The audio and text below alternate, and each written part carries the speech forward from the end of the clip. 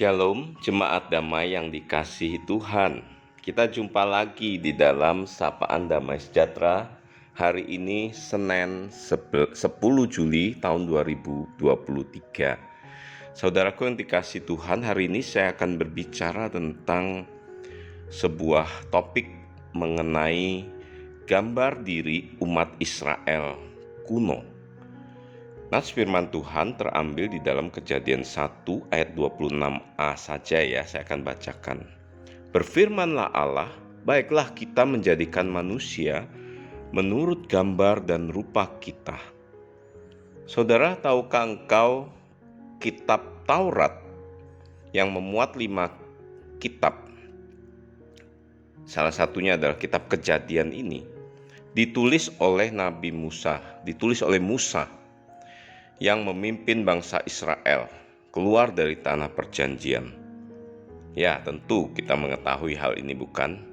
Namun ada satu hal yang ingin saya beri gambaran kepada kita semua, bahwa ketika kitab Taurat ditulis oleh Musa, di mana kita tahu bahwa bangsa Israel, umat Israel pada saat itu sudah berada di tanah Mesir ratusan tahun, sekitar 400 sampai 500 tahun setelah Yusuf menjadi orang kedua yang dipilih untuk mengatasi kelaparan di muka bumi pada saat itu. Saudara, tentu setelah ratusan tahun berlalu dari zaman Yusuf, ada tertulis bahwa Firaun telah melupakan Yusuf. Firaun berikutnya ya, melupakan Yusuf. Nah, kehidupan bangsa Israel tidaklah senyaman lagi ketika Yusuf menjadi orang kedua Mesir pada saat itu. Bangsa Israel dengan berjalannya waktu akhirnya menjadi bangsa budak di tanah Mesir, menjadi budak di tanah Mesir. Saudara, gambar diri daripada bangsa Israel kuno pada saat itu begitu jelek, begitu buruk sekali. Dalam strata kehidupan sosial bangsa Mesir pada saat itu, budak itu berada pada lapisan yang paling bawah dan lebih bawah dari yang paling bawah itu. Itulah strata sosial seorang budak pada saat itu. Ada penulis yang mengatakan bahwa budak adalah benda milik yang dapat dipindahkan dan adalah benda mati. Bahkan Aristoteles menulis bahwa budak adalah alat hidup dan alat hanyalah budak yang tak bernyawa. Jadi saudaraku, ketika kita membayangkan kehidupan bangsa Israel dengan status sosial yang seperti itu, yang adalah budak, mereka memiliki sebuah gambar diri yang begitu jelek. Budak sangat diperlukan pada zaman manusia purba, pada masyarakat purba pada saat itu, menjadi sesuatu bagian penting, menjadi alat di dalam pertanian yang memerlukan tenaga, lalu untuk membangun kota-kota memerlukan budak. Bahkan piramid Mesir itu adalah monumen hasil dari perbudakan. Jadi sangat-sangat dibutuhkan budak atau tenaga kerja yang bisa didaya gunakan seperti halnya mesin. Nah, kita bisa melihat bagaimana rendahnya moralitas ya peradaban Timur Tengah pada saat itu. Begitu rendahnya nilai hidup manusia. Jadi seperti ada sebuah pandangan bahwa manusia itu diciptakan oleh para dewa untuk dijadikan budak. Bahkan budak adalah lahir dari tetesan air mata dewa. Jadi sebegitu rendah mereka. Harus menderita, harus menjadi alat, menjadi bagian dari sebuah proses produksi.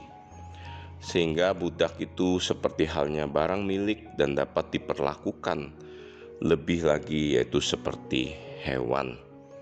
Nah saudara, di tengah kehidupan bangsa Mesir seperti yang disampaikan oleh saudari Grace dalam Sama seminggu yang lalu, di mana mitos-mitos Mesir begitu mempengaruhi kehidupan bangsa Mesir maupun bangsa-bangsa yang tinggal di Mesir termasuk Israel pada saat itu. Mitos-mitos seperti ini sungguh begitu mempengaruhi cara berpikir mereka, cara hidup mereka, cara mereka melihat siapa jati diri mereka di dalam kehidupan sehari-hari mereka. Bahwa bangsa Israel adalah bangsa budak, bangsa yang dapat diperalat, bangsa yang lahir dari kotoran dewa ataupun air mata dewa yang dipergunakan untuk persembahan bagi dewa, bisa dikubur bahkan ya. Di Mesir itu budak itu seringkali dikorbankan dan dikubur bersama dengan raja yang meninggal untuk melayani dia di alam baka sana. Budak yang tinggal di tambang, bekerja di tambang, bekerja untuk jam kerja yang begitu panjang, porsi makanan yang begitu sedikit, bahkan mereka dipekerjakan sampai mati, sebagaimana orang menggunakan mesin sampai mesin tersebut mati atau rusak. Saudara, sebegitu buruknya, sebegitu rusaknya gambar diri umat Israel kuno pada saat itu. Nah, di dalam konteks seperti inilah ketika Musa membawa bangsa Israel keluar dari tanah perbudakan itu, Musa menuliskan firman Tuhan ini, bahwa manusia diciptakan menurut gambar dan rupa Allah. Siapa Allah? Allah pencipta yang telah dibahas di dalam Samas minggu yang lalu ya saudaraku. Allah yang adalah di ultimate, yang tertinggi, yang tidak disebabkan, yang tidak diakibatkan atau tidak diciptakan lagi.